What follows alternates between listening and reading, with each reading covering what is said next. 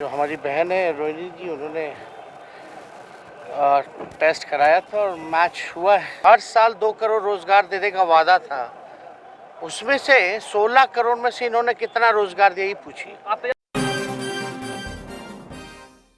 बिहार के उप मुख्यमंत्री तेजस्वी यादव दिल्ली से पटना एयरपोर्ट पर पहुंचे थे, जहां पर उन्होंने लालू प्रसाद यादव की तबीयत खराब होने के बारे में बताया कि किस तरह से उन्होंने सिंगापुर से जांच कराई, जहां पर अब रोहिणी लालू प्रसाद यादव की बेटी अब वहां पर जाकर अपनी किडनी देने वाली है। इसको लेकर भी उन्होंने क्या कुछ कहा है, आप वीडियो में सुनिए।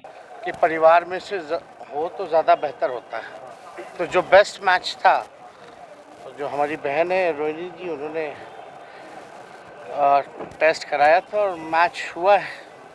हालांकि हमारे परिवार में और भी लोग जो हैं वो देना चाहते थे, लेकिन जो और भी बहनें हों, लेकिन रोहिणी दी क्योंकि वही रहती हैं और वो ज़्यादा इच्छुक थी डोनेट करने के लिए, और उनका बेस्ट मैच निकला, तो जो बेस्ट मैच होता उसी का गया। जैसा कि आपने सुना, तेजस्वी यहां पर बता रहे हैं कि दीदी रोहिणी की जो किडनी है लालू प्रसाद यादव से मैच कर गई है और वे उत्सुक भी हैं कि वे पिता को अपनी किडनी देंगी। एक तरह से वे जीवन दान देने जा रही हैं और इसी के चलते तेजस्वी यादव जब पटना पहुंचे तो बीजेपी पर जमकर निशाना भी साधा है। नियुक्ति पत्र को लेकर बीजेपी द्वारा उठाए जा रहे तरह तरह के सवालों को लेकर उप मुख्यमंत्री तेजस्वी प्रसाद यादव ने कहा कि जब वे सरकार में थे तो सिर्फ जुमलेबाजी करते थे, उन्हें रोजगार देने से कोई मतलब नहीं था।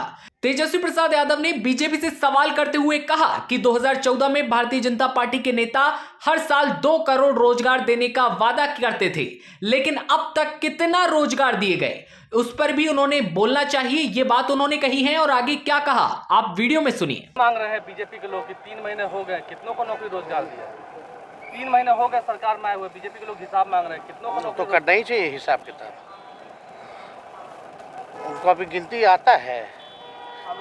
अभी तो 3 महीने के अंदर ही लगातार नियुक्ति पत्र बंटना शुरू हो गया और 16 तारीख को तो 10,000 लोगों को और हम लोग नौकरी देने जा रहे हैं, तो लगभग तो लाखों में तो हो ही गया।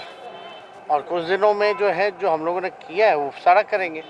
लेकिन 8 साल में हर साल 2 करोड़ रोजगार देने का वादा था, उसमें से 16 करोड़ में से इन्होंने कितना रोजगार दिया, ये पूछिए। आप तैयार हैं हिसाब के लिए?